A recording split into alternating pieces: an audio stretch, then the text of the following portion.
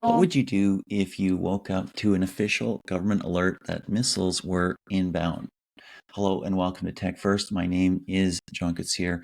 On January 13th, 2018 at 8:08 a.m., an alert was issued to 1.4 million citizens of Hawaii. Ballistic missile threat inbound to Hawaii, seek immediate shelter. This is not a drill. Wow, imagine getting that message first thing in the morning. Some people called 911, some must have panicked. What was it like to think your world might be ending? We're joined today by Michaela Ternasky-Holland. She's an Emmy award-winning XR director who makes experiences in VR as well as linear narrative, created The Morning You Wake about that event. Welcome, Michaela. Hi, John. Thank you so much for having me. Excited to be here and excited to discuss the project. Awesome. Super pumped to have you as well. I mean, I want to talk about the project, but I also want to talk about the technology and what you built. And I want to talk about the experience of understanding a story through this kind of technology. I want to talk about the future of what this looks like for storytelling and video and narration and documentaries and all this stuff. But let's start with the project. What was the project and how did you get involved? So, On the Morning You Wake to the End of the World is a three-part VR documentary about the threat of nuclear weapons. The idea for the project actually came from Princeton University's Science and Global Security program.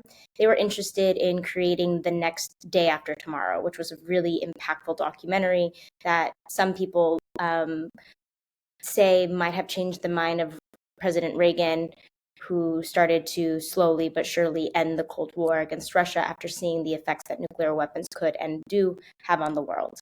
So the project really started out as this idea of being a world-changing, socially impactful project. Princeton University approached Games for Change as a partner in this because they were really interested in exploring the use cases of emerging technology, especially virtual reality, because of the way that virtual reality gives you that sense of intimacy, because of the way that virtual reality really can take you on a journey. They were really looking for something that could activate the audience versus making the audience passive. And so they went on a multi-year journey with Games for Change to not only figure out how they could tell a more human story around nuclear weapons threat versus one that was more research-based and fact-oriented and materials-oriented, and one that really felt like it took you into a moment that was very human. But they also went on a multi-year journey with Games for Change to identify the best partners to be involved in the project, to identify the best production companies, the best creative technologists, and then, of course, when I came into the project towards the end of the production, they were really looking to figure out who could be the best person to execute this international, multi-prong impact campaign around the VR experience. And so the project itself is a 45-minute long experience that really uses point cloud technology and volumetric capture technology, which we can talk about more. But my role on the project was really about everything happening outside of the VR experience. So the creators Archer's Mark and Atlas V and Nova Lab, the creative technology studio, really pushed the boundaries of the technology. But as we know with virtual reality, accessibility is a huge issue. And for Princeton University and Games for Change, they had a vision to bring this project to the United Nations, to students, to general members of the public. And so in order to execute such a huge, broad range of impact, you have to have people coming in just to manage the impact campaign. And so my role as a creative strategist and impact producer was really thinking about how would the impact materials interweave with the VR experience? How would the impact experience itself outside of the headset create actual action from the audience members? How would we show up in different spaces, whether that was at the United Nations or the Nobel Peace Center, or if we did like a pop-up in a small art gallery? And I also managed sort of the online presence of the project. So its social media, its website, its design. And in that way, it was really interesting because we like to think of the VR experience as the heart and soul of the project. But the things that I was building around the project are more like the skeleton and the muscles and the legs to actually mobilize the project to people all over the world. It's really interesting that you framed it the way that you did in terms of Reagan and the morning after, because so many people, when they want to impact change in the world, I don't know, they start a political party or a group or a interest group, or they start yammering about it on social media or doing a lot of other things. And many of those things maybe need to be done, or they print signs and march, and that's all valid and interesting. But there's something about a creative experience that you personally can inhabit that can really change hearts and minds more than maybe somebody shouting at them or other things like that. That's super interesting. You mentioned taking the VR experience, the XR experience, broader and making sure that it had impact. And that's, of course, a big challenge, right? Because how many headsets are there? How many people have headsets and don't use them? I have a headset back there. I'm not sure I've worn in the last month. So that's a big challenge. Like, how did you try and wrestle with that? I think the biggest obstacle in VR is, of course, the headsets, but also making sure people feel comfortable with the headsets. So I think it was a two-pronged approach. First and foremost, there was sort of a fulfillment side where we were able to gather a fleet of over 30 headsets and trying to figure out how to make those headsets transportable, how to make those headsets easy to manage. We basically had a fleet of hardware. And so it was up to me and my production coordinator and then production manager, Aaron Budd, to figure out what management software we would use for those headsets, how we would cut out the production cases so that we could roll 4 headsets, 2 iPads, power strips. So we figured out the physical logistics of it. But then I think there's also the person logistics of it, where how you set up a VR space to feel welcoming, how you make sure you dictate the flow of people throughout the space, how you make sure people's time and energy is being valued by creating a booking system so people aren't waiting around for an hour and a half to try the VR experience. These were all little things we did. And then I think the most important thing we did is that we really emphasized the training of our docents or our volunteers or whoever was helping us work the exhibit to really make sure they knew how to properly communicate with people.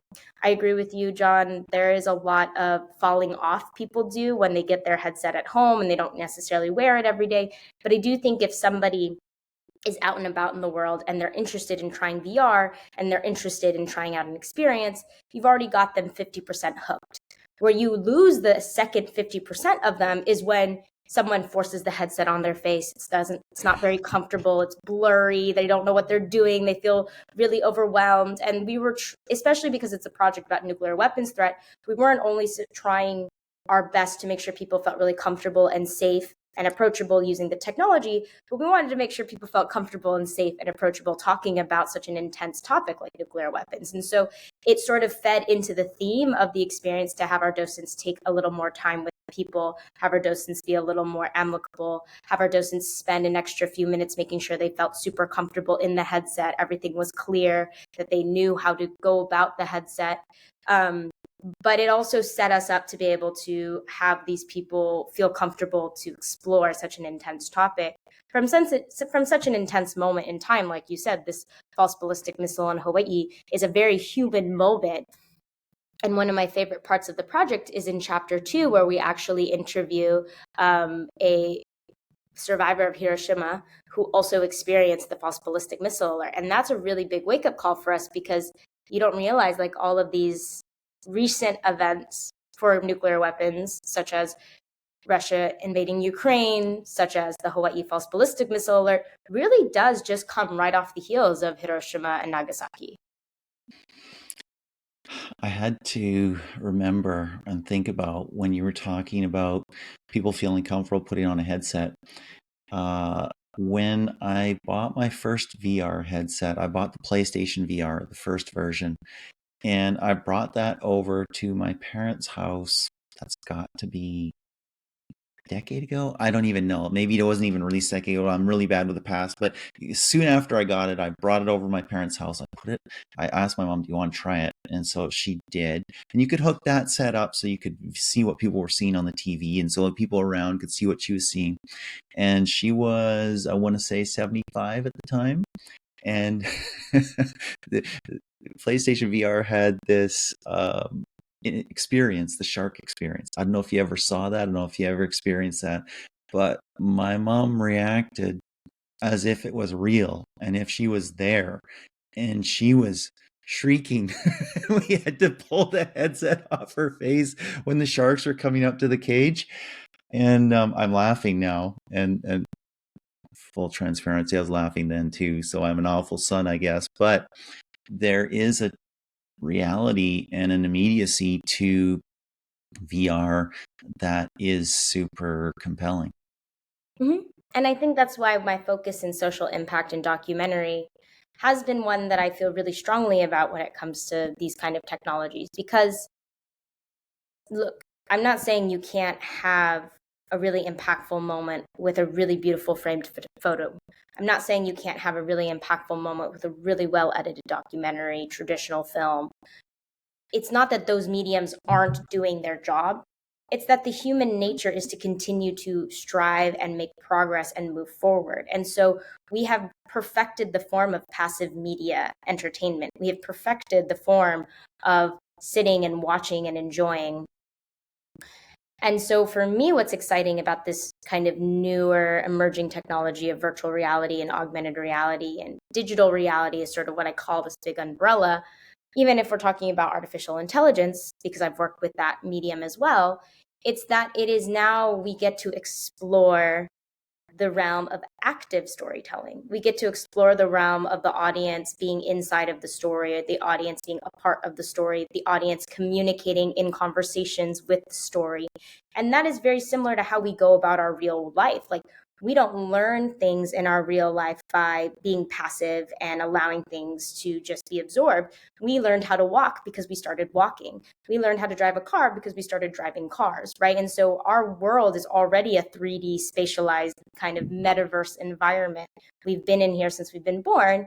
So now we get to kind of perfect this layer of active storytelling inside of the digital reality. And that's really exciting to me because it can make a really huge impact on people in a way that maybe passive technology, passive media might not, or maybe in the exact same way. A lot of the work I did at Games for Change was also looking at research. So we were surveying people coming in, and we found that 75% of the people who saw On the Morning You Wake through one of our impact activations were more likely to check out the information about the topic, or they were willing to explore more information, or they wanted to learn more information. We also found that age was not a factor whatsoever. We had people 80 years old to people who were 14 years old, and they both enjoyed the VR experience around the same amount. They both learned about the same amount of information. They both felt compelled emotionally in a very similar way. And that was really important for us to see that, right? And then another really interesting model we did was a comparative study model, where we were researching if we do a 2D version of this exact experience, just export the VR as a 2D film, and then we also do a VR version, what changes? And the reality is the learning didn't change, but the engagement and the impact changed. And how did we measure that? We measured that through people's emotions.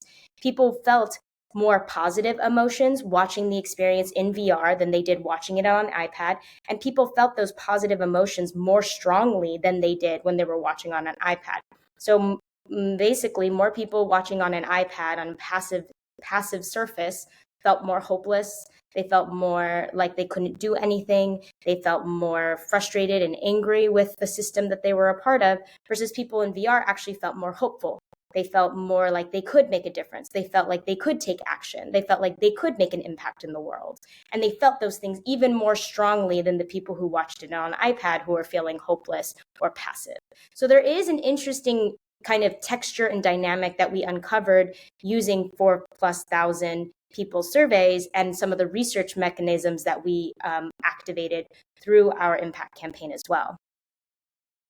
I find that fascinating. And I'm glad that you studied the impact of 2D versus 6 degrees of freedom and inhabiting the space.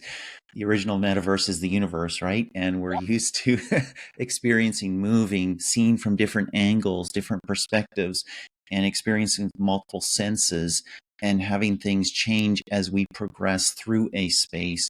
So that's got to be more impactful. And it's cool to hear that it actually was, and research bore that out.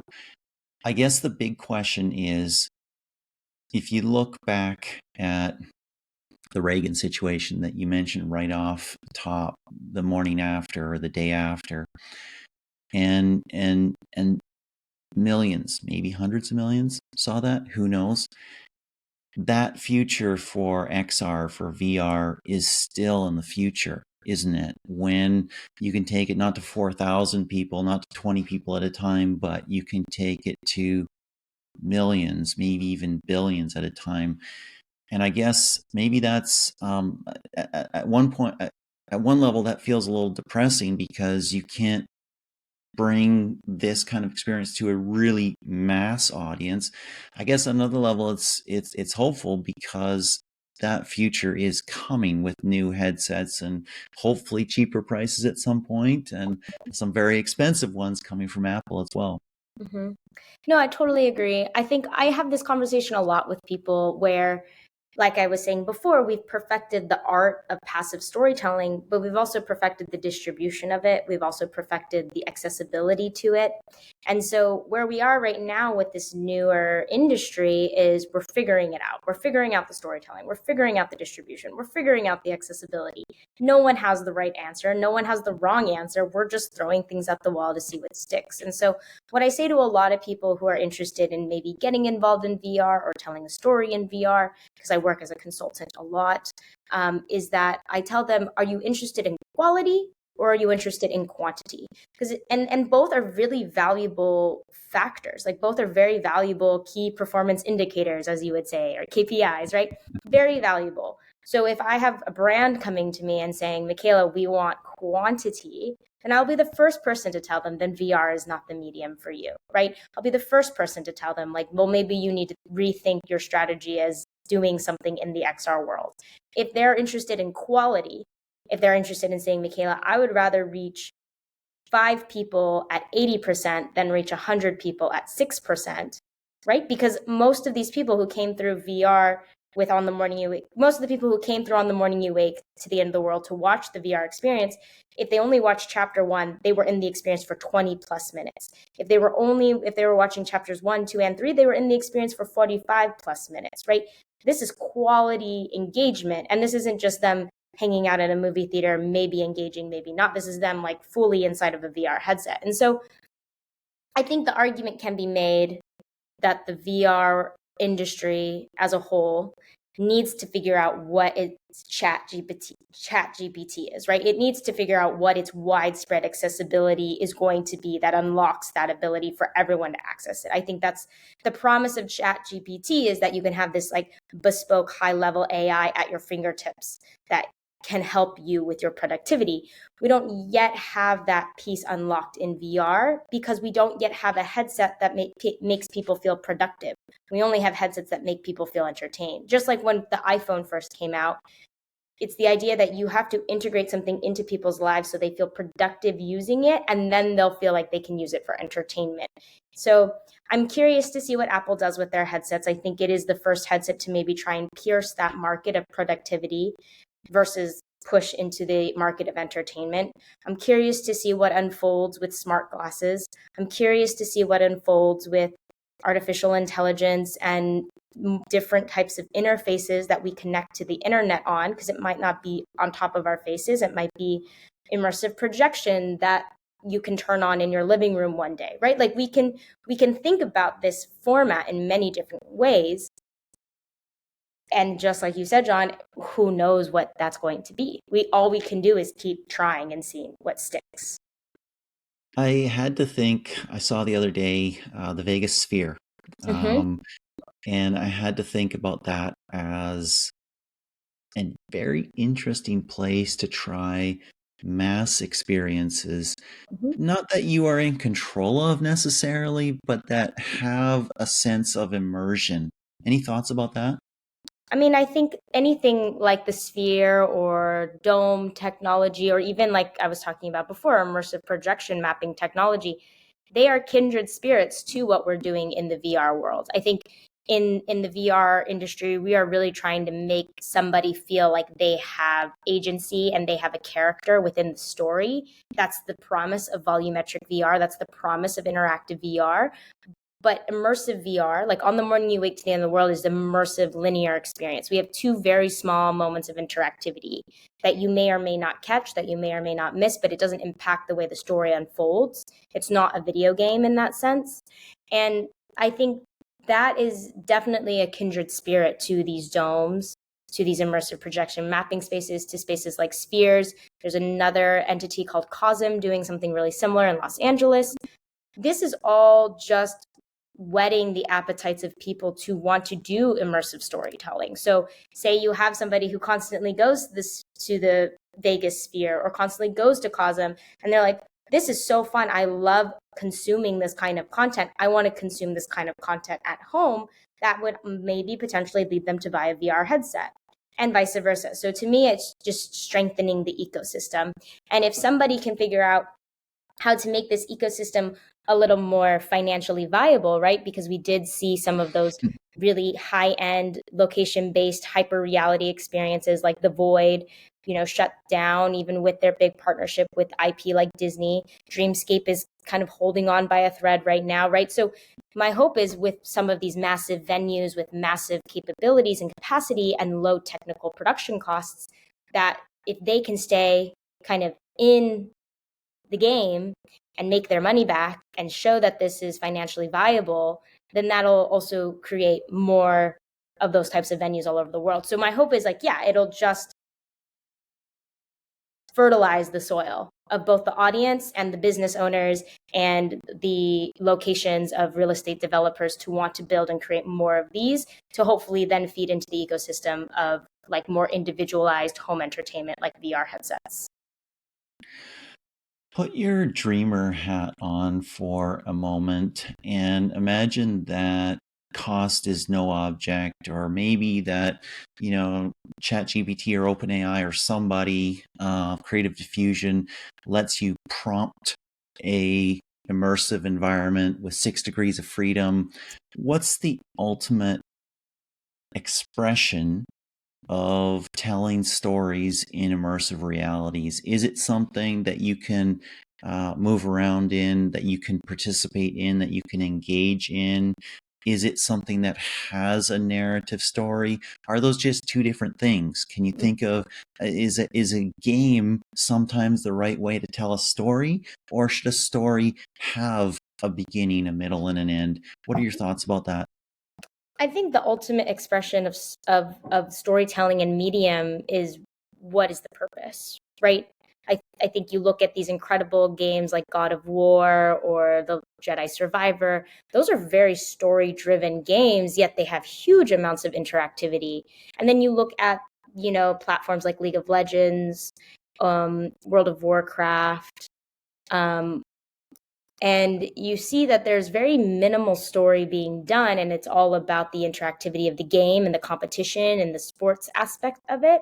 But then we see pieces like Arcane do really well on the Netflix, right, with a VR, an animated streaming platform. So I think it really depends on who the audience is for the creator or the project, what the purpose of it is, and how they want to make the audience feel.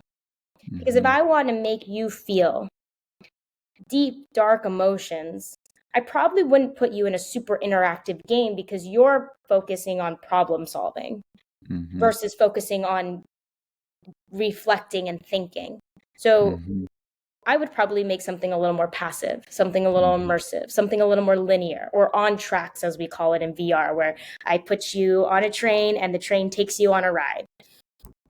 Versus if I want to make the audience feel energized and make the audience feel like teamwork is possible, then I'd probably make something more of an interactive game where they're kind of pushed into the system of working with other people, collaborating with other people, solving different puzzles, or maybe competing against other teams. And so I think they're all very valuable in life. That's the beauty of the types of people we truly are, is that we move in so many different spaces and so many different labels, right? I can be a dancer and be a professional working in XR. I can be a mother and I can be a professional working in finance.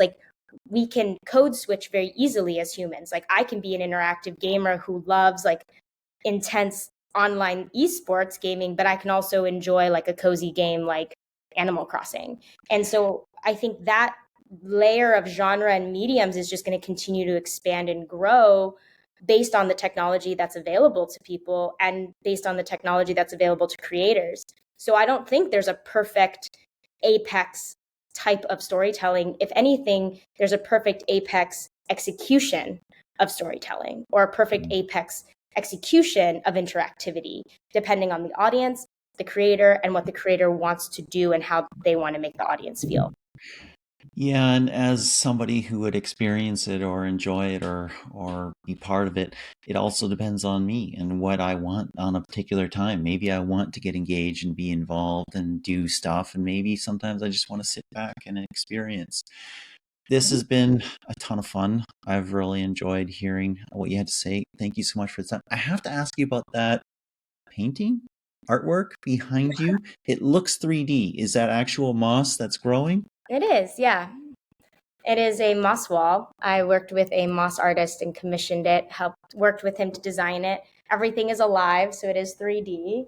Wow. Different textures, different mosses. The only thing that's not alive are the dried flowers that you see right above. Those Okay. dried flowers are not alive, but everything else is alive and it is 3D. And it's really cool because you can look at it from all angles in the apartment and see kind of new details and new I love it. side of it. I love it. Care and feeding. You spray it a little bit now and then. Is that about it? It's honestly the most low maintenance plant I've ever had. If I ever notice that it's wilting or like drying, then I can spray it. But actually, the thing I have to do most is feather dust it so it doesn't get dusty. Very cool. Michaela, thank you so much for your time. Thank you so much for having me, John. I hope you have a wonderful day.